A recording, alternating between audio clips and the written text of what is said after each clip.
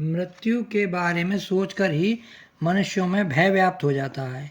एक अनजाना सा डर महसूस होने लगता है, एक ऐसा भय जिससे छुटकारा पाने का कहीं कोई उपाय दिखाई नहीं देता। यही कारण है कि विशेषकर जब मनुष्य अपनी उम्र का 60 का आंकड़ा पार करते हैं तो उसे ईश्वर का स्मरण होता है और उसकी उपस्थिति का एहसास होता है।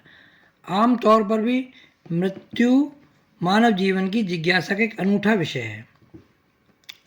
जैसा कि सर्वविदित है कि मानव शरीर पंच तत्वों से मिलकर बना है: पृथ्वी, जल, अग्नि, वायु, आकाश। मृत्यु के पश्चात हमारा शरीर पंच तत्व में विलीन हो जाता है। मृत्यु एक सहज एवं सरल प्रक्रिया है। फिर आखिर ऐसा क्या है कि मृत्यु से भय लगता है, डर की अनुभूति होने लगती है। डर की अनुभूति तभी होती है जब हम उस विषय से अनभिज्ञ होते हैं, जब हम उस विषय के बारे में नहीं जानते।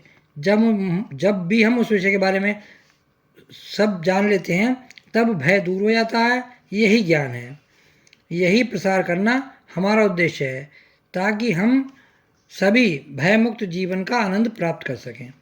तो आइए जानते हैं कि मृत्यु क्या है। मृत्यु एक नैसर्गिक, सहज एवं आवश्यक प्रक्रिया है। इसे सरल शब्दों में इस तरह भी समझा जा सकता है, जैसा कि विज्ञान का सुस्थापित सिद्धांत भी है कि energy can be change from one form to another but it can not be created और डिस्ट्रॉयड। अर्थात ऊर्जा को ना तो उत्पन्न किया जाता है और ना ही इसका नाश किया जाता है। केवल ऊर्जा को एक रूप से अन्य रूप में परिवर्तित किया जाता है। आशय यह है कि मनुष्य की जब मृत्यु हो जाती है, अर्थात जब उसका शरीर पंच तत्व में विलीन हो जाता है, तो आत्मा, जो कि ऊर्जा का ही एक रूप है, प्रकृति में विलीन हो जाती है। यही परमात्मा है, यही परम शक्ति है। अर्थात आसान शब्दों में मृत्यु ऊर्जा रूप का परिवर्तन मात्र है। यही जीवन का सत्य है, यही जीवन का सार है। अब प्रश्न ये उठता है कि मृत्यु के प्रति भय क्यों?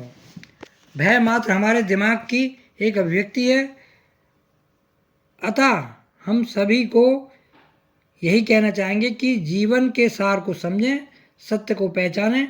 डर स्वयं आपसे दूर हो जाएगा, जिज्ञासा शांत हो जाएगी, जीवन आनंदमय हो जाएगा।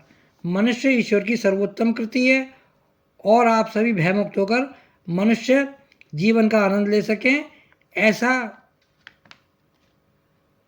मेरा भाव है।